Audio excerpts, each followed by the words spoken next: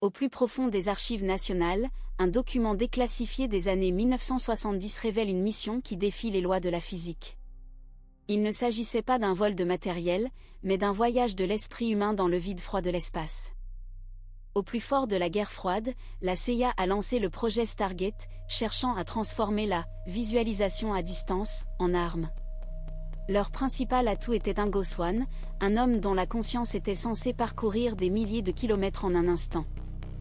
En avril 1973, Swann reçut un ensemble de coordonnées qu'il ne reconnut pas.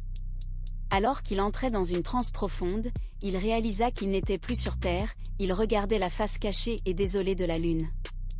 Mais la Lune n'était pas la roche morte décrite par la NASA.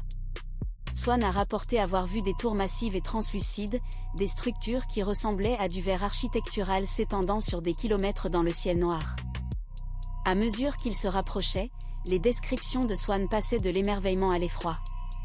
Il prétendait voir des entités biologiques, des figures humanoïdes travaillant dans l'ombre des cratères, faisant fonctionner des machines minières avancées.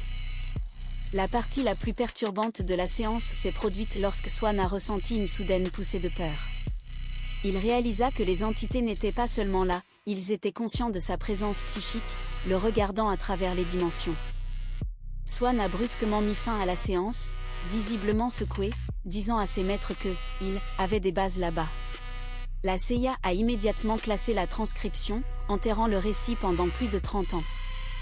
Alors que les sceptiques considèrent les visions de Swann comme des hallucinations, les images satellites modernes du Lunar Reconnaissance Orbité ont récemment capturé des reflets anormaux et des formes géométriques à ses coordonnées exactes.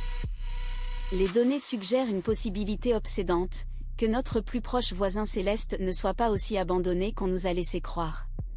Swann était-il un pionnier d'une nouvelle forme de collecte de renseignements, ou un témoin d'une vérité pour laquelle nous ne sommes pas prêts ? Qu'elle soit le produit d'un esprit doué ou un aperçu d'une réalité cachée, la Lune reste un témoin silencieux. Les fichiers sont ouverts, les coordonnées sont connues, mais les entités de l'autre côté restent dans l'ombre.